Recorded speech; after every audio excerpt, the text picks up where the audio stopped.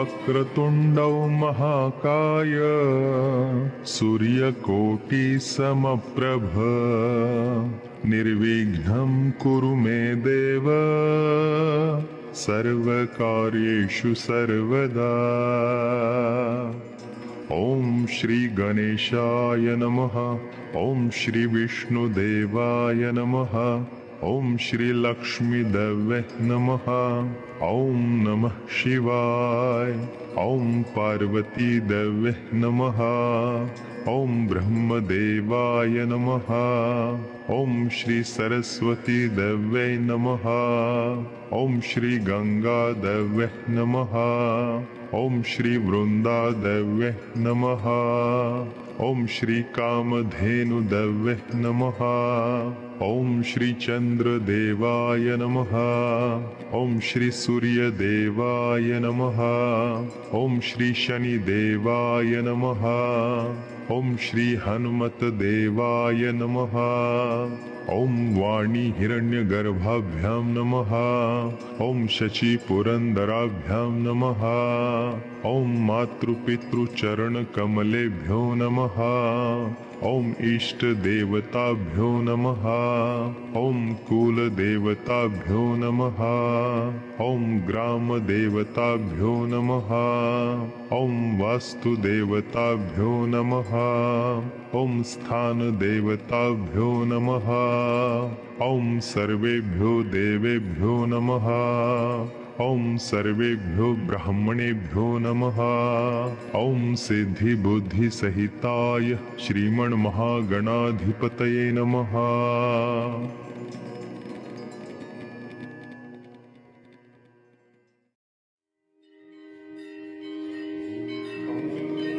ओम कुलदेवतायै नमः। ओम कुलदेवे नमः। ओम नागदेवतायै नमः। ओम पितृदेवतायै नमः। ओम सर्वपितृदेवताभ्यो नमः। ओम प्रथमपितृनारायणाय नमः। ओम नमो भगवते वासुदेवाय नमः। ओम क्रौं नमो अस्तु सर्पेभ्यो कालसर्प शांति कुरु कुरु स्वाहा। ओम सर्पेभ्यो नमः।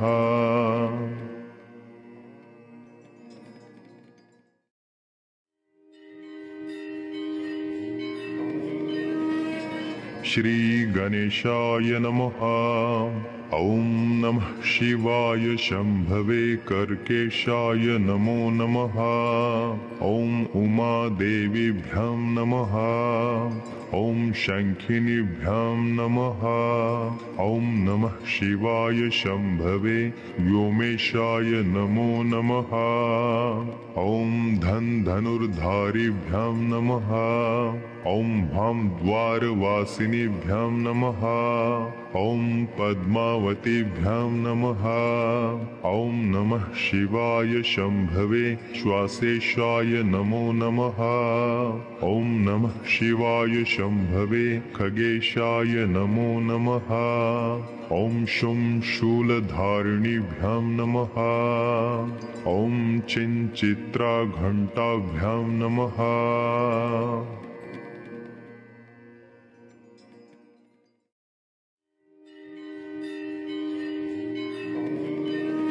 श्री गणेशाय नमः। ओम नमस्ते दैत्यरूपाय देवारिं प्रणमाम्यहम्। नमस्ते सर्वभक्षाय घोररूपाय वै नमः। मर्त्यलोके भवान् प्रीतः संसार जनतारकः। कूटपर्वतदुर्गाणि नगराणि पुराणि च यस्य क्रोधवशात् भस्मी भवन्ति क्षणमात्रकम्। धूम्रवर्णो भवान् राहु रक्ताक्षः पिङ्गलोपमः। क्रूरग्रहस्तथा भीमो यमरूपो महाबलः। यस्य स्थाने पंचमेऽपि षष्ठे चैव तृतीयके दशमैकादशे चैव तस्य श्रेयः करोत्यलम्। अन्नं खड्गञ्च यद्दत्तं राहवे सुफलप्रदं पृथिव्यां ब्रह्मपीडाञ्च गोपीडां तन्निवारये कृमिकीटपतङ्गेषु चरन्तं सचराचरं गोदानं भूमिदानञ्च ह्यन्नं वस्त्रञ्च दापये सौवर्णरूप्यदानञ्च कन्यादानञ्च तत्क्षणात् एतद्दानञ्च सम्पूर्णं राहुमोक्षकरं नृणाम् अस्य स्तोत्रस्य महात्म्याद् राहुपीडा विनश्यति।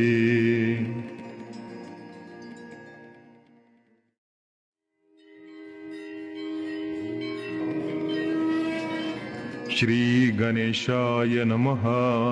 ओम मुनीन्द्रसूत तत्त्वज्ञ सर्वशास्त्र विशारद सर्वरोगहरं ब्रूहि केतु स्तोत्रमनुत्तमं शृणु गौतम वक्ष्यामि स्तोत्रमेतदनुत्तमं गुह्याद्गुह्यतमं केतु ब्रह्मणा कीर्तितं पुरा आद्यः करालवदनो द्वितीयो रक्तलोचनः तृतीयः पिङ्गलाक्षश्च चतुर्थो ज्ञानदायकः पञ्चमः कपिलाक्षश्च षष्ठः कालाग्निसन्निभः सप्तमो हिमगर्भश्च धूम्रवर्णोष्ठमस्तथा नवमः कृतकण्ठश्च दशमः नरपीठगः एकादशस्तु श्रीकण्ठः द्वादशस्तु गदायुधः द्वादशतो महाक्रूरः सर्वोपद्रवकारकः पर्वकाले पीड्यन्ते दिवाकर निशाकरो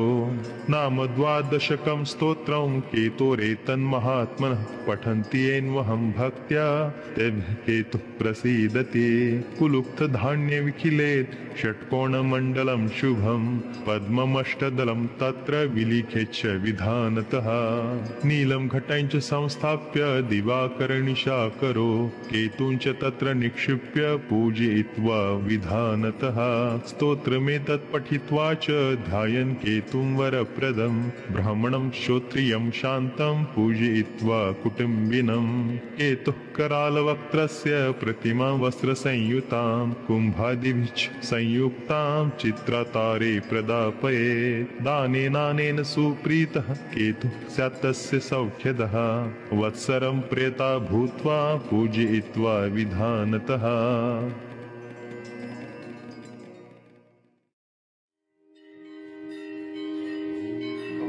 श्री गणेशाय नमः। ओम शिरो मे पातु मार्ताण्डो कपालं रोहिणीपतिः मुखमङ्गारकः पातु कण्ठञ्च शशिनन्दनः बुद्धिं जीवः सदा पातु हृदयं भृगुनन्दनः जठरञ्च शनिः पातु जिह्वां मे दितिनन्दनः पादो केतुः सदा पातु वारः सर्वाङ्गमेव च तीर्थयोष्ठौ दिशः पान्तु नक्षत्राणि वपुः सदा हंसो राशिः सदा पातु योगाच् स्थैर्यमेव च गुह्यं लिङ्गं सदा पान्तु सर्वे ग्रहाः शुभप्रदः अणिमादीनि सर्वाणि लभते यः पठेत् ध्रुवम् एतं रक्षां पठेत् यस्तु भक्त्या सह प्रेतः सुधिः सचिरायुः सुखी पुत्री रणे च विजयी भवे अपुत्रो लभते पुत्रं धनार्थी धनमाप्नुयात् दारार्थी लभते भार्यां सुरूपां सुमनोहरां रोगी रोगप्रमुच्येत् बद्धो मुच्येत् बन्धनात् जले स्थले चान्तरिक्षे कारागारे विशेषतः यः करे धार्ये नित्यं भयं तस्य न विद्यते ब्रह्महत्या सुरापानं स्थेयं गुर्वङ्गनागमः सर्वपाप प्रमुच्येत् कवचस्य च धारणा नारी वामभुजे धृत्वा सुखेश्वर्य समन्विता काकवन्ध्या जन्मवन्ध्या मातृवत्सा च या भवे भवपत्या जीववत्सा कवचस्य प्रसादतः।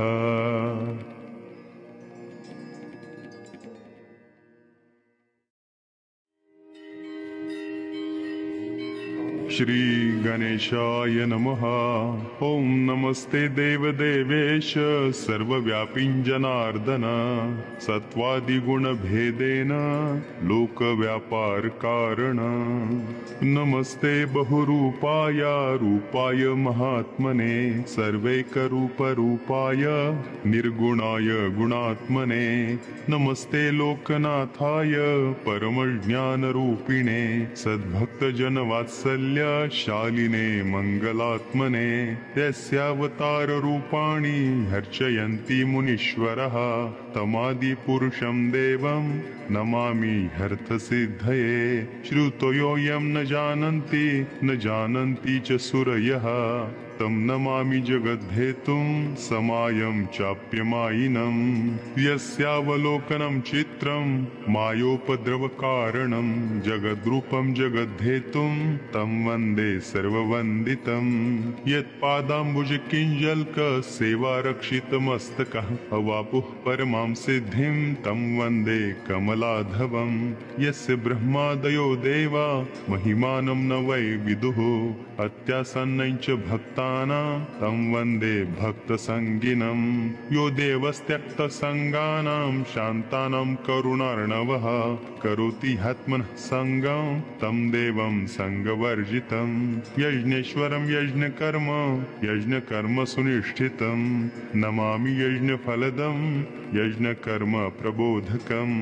अजामि लोकपापात्मा यन्नामोच्चारणादनु प्राप्तवान् परमं धामं तं वन्दे लोकसाक्षिणम्।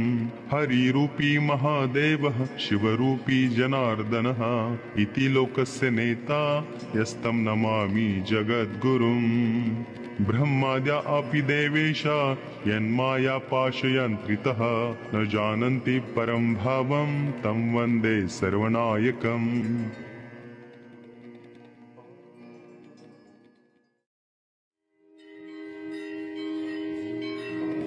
श्री गणेशाय नमः। ओम दत्तात्रेय भव शरणं दत्तनाथ भव शरणं त्रिगुणात्मक त्रिगुणातीत त्रिभुवनपालक भव शरणं। शाश्वतमूर्ते भव शरणं श्यामसुन्दर भव शरणं। शेषाभरण शेषभूषण शेषशायिन् गुरो भव शरणं। षड्भुजमूर्ते भव शरणं षड्यतिवर भव शरणं। दण्डकमण्डलु गदा पद्मकर शङ्खचक्रधर भव शरणं। करुणानिधे भव शरणं करुणासागर भव शरणं। कृष्णसङ्गमिस्तरुवरवासिन् भक्तवत्सल भव शरणं। श्रीगुरुनाथ भव शरणं सद्गुरुनाथ भव शरणं। श्रीपाद श्रीवल्लभ गुरुवर श्रीनृसिंह सरस्वती भव शरणं। कृपामूर्ते भव शरणं कृपासागर भव शरणं। कृपाकटाक्ष कृपावलोकन कृपानिधो गुरो भव शरणं। कालांतक भव शरणं कालनाशक भव शरणं। पूर्णानंद पूर्ण परेश पुराण पुरुष भव शरणं। हे जगदीश भव शरणं जगन्नाथ भव शरणं। जगत्पालक जगदधीश जगदुद्धार भव शरणं। अखिलांतर भव शरणं अखिलेश्वर्य भव शरणं। भक्तप्रिय वज्रपंजर प्रसन्न वक्त्र भव शरणं। दिगंबर भव शरणं दीनदयाघन भव शरणं। दीननाथ दीनदयाल दीनोद्धार भव शरणं। तपोमूर्ते भव शरणं तेजोराशे भव शरणं। ब्रह्मानंद ब्रह्म सनातन ब्रह्म मोहन भव शरणं। विश्वात्मक भव शरणं विश्वरक्षक भव शरणं। विश्वंभर विश्वजीवन विश्वपरात्पर भव शरणं। विघ्नांतक भव शरणं विघ्ननाशक भव शरणं। प्रणवातीत प्रेमवर्धन प्रकाशमूर्ते भव शरणं। निजानंद भव शरणं निजपददायक भव शरणं। नित्यनिरंजन निराकार निराधार भव शरणं।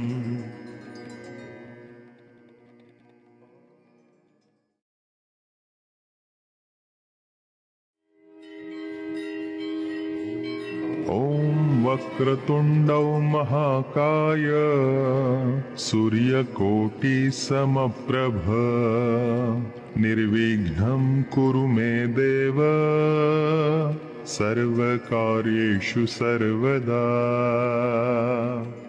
ॐ श्री गणेशाय नमः।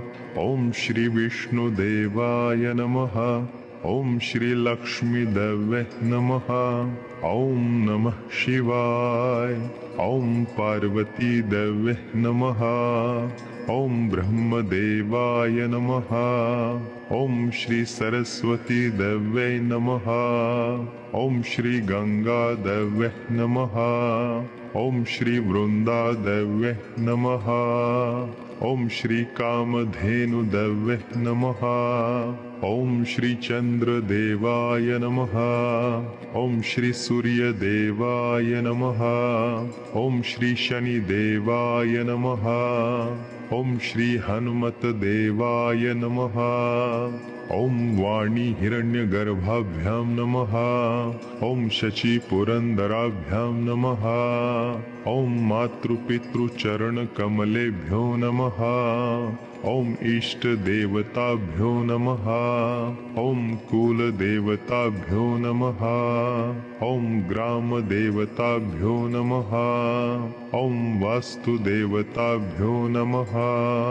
ॐ स्थानदेवताभ्यो नमः। ॐ सर्वेभ्यो देवेभ्यो नमः। ॐ सर्वेभ्यो ब्राह्मणेभ्यो नमः। ॐ सिद्धिबुद्धिसहिताय श्रीमन्महागणाधिपतये नमः।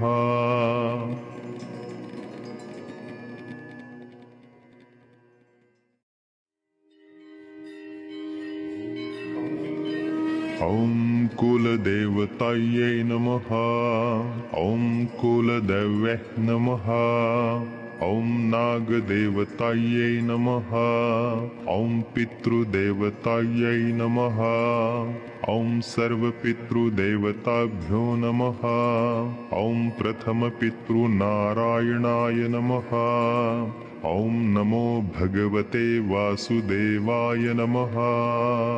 ॐ क्रौं नमो अस्तु सर्पेभ्यो कालसर्पशान्ति कुरु कुरु स्वाहा।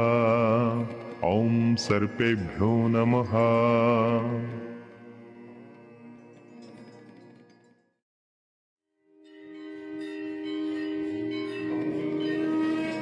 श्री गणेशाय नमः। ॐ नमः शिवाय शम्भवे कर्केशाय नमो नमः।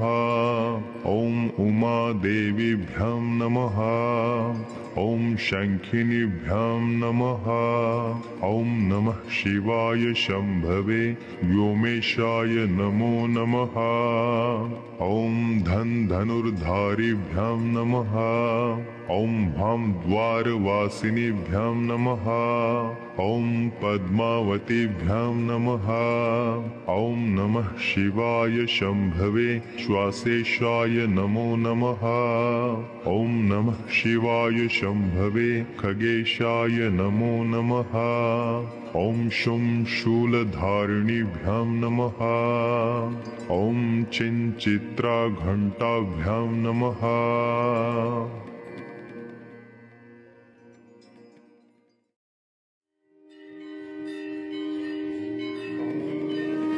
श्री गणेशाय नमः। ॐ नमस्ते दैत्यरूपाय देवारिं प्रणमाम्यहम्। नमस्ते सर्वभक्षाय घोररूपाय वै नमः। मर्त्यलोके भवान् प्रीतः संसारजनतारकः। कूटपर्वतदुर्गाणि नगराणि पुराणि च यस्य क्रोधवशात् भस्मी भवन्ति क्षणमात्रकम्। धूम्रवर्णो भवान् राहु रक्ताक्षः पिङ्गलोपमः। क्रूरग्रहस्तथा भीमो यमरूपो महाबलः। यस्य स्थाने पञ्चमेऽपि षष्ठे चैव तृतीयके दशमैकादशे चैव तस्य श्रेयः करोत्यलम्। अन्नं खड्गं च यद्दत्तं राहवे सुफलप्रदम्। पृथिव्यां ब्रह्मपीडां च गोपीडां तन्निवारयेत्। कृमिकीटपतङ्गेषु चरन् सर्वमिदमनन्तं सचराचरं गोदानं भूमिदानं च ह्यन्नं वस्त्रं च दापये सौवर्णरूप्यदानं च कन्यादानं च तत्क्षणात् एतद्दानं च सम्पूर्णं राहुमोक्षकरं नृणाम् अस्य स्तोत्रस्य महात्म्याद् राहुपीडा विनश्यति।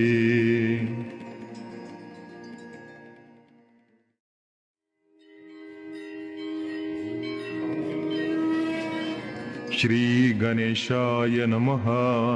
ओम मुनीन्द्रसूत तत्त्वज्ञ सर्वशास्त्र विशारद सर्वरोगहरं ब्रूहि केतु स्तोत्रमनुत्तमं शृणु गौतम वक्ष्यामि स्तोत्रमेतदनुत्तमं गुह्याद्गुह्यतमं केतु ब्रह्मणा कीर्तितं पुरा आद्यः करालवदनो द्वितीयो रक्तलोचनः तृतीयः पिङ्गलाक्षश्च चतुर्थो ज्ञानदायकः पञ्चमः कपिलाक्षश्च षष्ठः कालाग्निसन्निभः सप्तमो हिमगर्भश्च धूम्रवर्णोष्ठमस्तथा नवमः कृतकण्ठश्च दशमः नरपीठगः एकादशस्तु श्रीकण्ठः द्वादशस्तु गदायुधः द्वादशैतो महाक्रूरः सर्वोपद्रवकारकः पर्वकाले पीड्यन्ते दिवाकर निशाकरो नाम द्वादशकं स्तोत्रं केतोरेतन्महात्मनः पठन्ति येन्वहं भक्त्या तेभ्यः केतुः प्रसीदति कुलुप्तधान्यविखिलेत् षट्कोणमण्डलं शुभं पद्ममष्टदलं तत्र विलिखेच्च विधानतः नीलं घटं च संस्थाप्य दिवाकरनिशाकरो केतुं च तत्र निक्षिप्य पूजयित्वा विधानतः स्तोत्रमेतत् पठित्वा च ध्यायन् केतुं वरप्रदं ब्राह्मणं श्रोत्रियं शान्तं पूजयित्वा कुटुम्बिनं केतुः करालवक्त्रस्य प्रतिमा वस्त्रसंयुतां कुम्भादिभिः संयुक्तां चित्रातारे प्रदापयेत् दानेनानेन सुप्रीतः केतुः स्यात् तस्य सौख्यदः वत्सरं प्रेता भूत्वा पूजयित्वा विधानतः।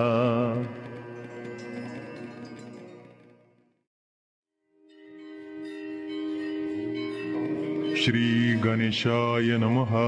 ओम शिरो मे पातु मार्ताण्डो कपालं रोहिणीपतिः मुखमङ्गारकः पातु कण्ठं च शशिनन्दनः बुद्धिं जीवः सदा पातु हृदयं भृगुनन्दनः जठरं च शनिः पातु जिह्वां मे दितिनन्दनः पादो केतुः सदा पातु वारः सर्वाङ्गमेव च तीर्थयोष्ठौ दिशः पान्तु नक्षत्राणि वपुः सदा हंसो राशिः सदा पातु योगाच् स्थैर्यमेव च गुह्यं लिङ्गं सदा पान्तु सर्वे ग्रहाः शुभप्रदः अणिमादीनि सर्वाणि लभते यः पठेत् ध्रुवम् एतं रक्षां पठेत् यस्तु भक्त्या सह प्रेतः सुधिः सचिरायुः सुखी पुत्री रणे च विजयी भवेत् अपुत्रो लभते पुत्रं धनार्थी धनमाप्नुयात् दारार्थी लभते भार्यां सुरूपां सुमनोहरां रोगी रोगप्रमुच्येत् बद्धो मुच्येत् बन्धनात् जले स्थले चान्तरिक्षे कारागारे विशेषतः यः करे धार्ये नित्यं भयं तस्य न विद्यते ब्रह्महत्या सुरापानं स्थेयं गुर्वङ्गनागमः सर्वपाप प्रमुच्येत् कवचस्य च धारणा नारी वामभुजे धृत्वा सुखेश्वर्य समन्विता काकवन्ध्या जन्मवन्ध्या मातृवत्सा च या भवे भवपत्या जीववत्सा कवचस्य प्रसादतः।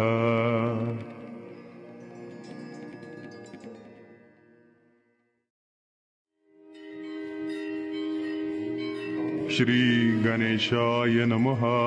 ओम नमस्ते देवदेवेश सर्वव्यापिं जनार्दन सत्वादिगुणभेदेन लोकव्यापार कारण नमस्ते बहुरूपाय रूपाय महात्मने सर्वैकरूपरूपाय निर्गुणाय गुणात्मने नमस्ते लोकनाथाय परमज्ञानरूपिणे सद्भक्तजनवात्सल्य शालिने मंगलात्मने यस्यावतार रूपाणि हर्षयन्ति मुनीश्वरः तमादिपुरुषं देवं नमामि ह्यर्थसिद्धये श्रुतयोऽयं न जानन्ति च सूरयः तं नमामि जगद्धेतुं समायं चाप्यमायिनं यस्यावलोकनं चित्रं मायोपद्रवकारणं जगद्रूपं जगद्धेतुं तं वन्दे सर्ववन्दितं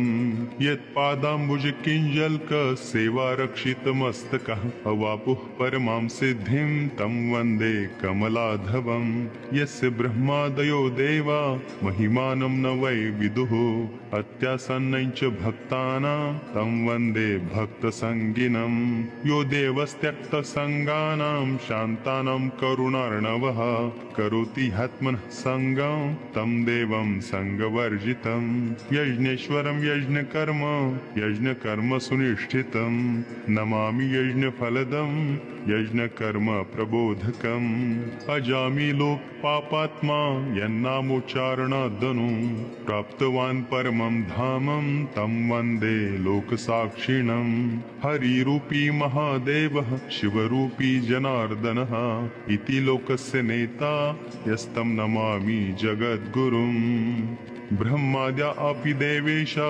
यन्माया पाशयन्त्रितः न जानन्ति परं भावं तं वन्दे सर्वनायकम्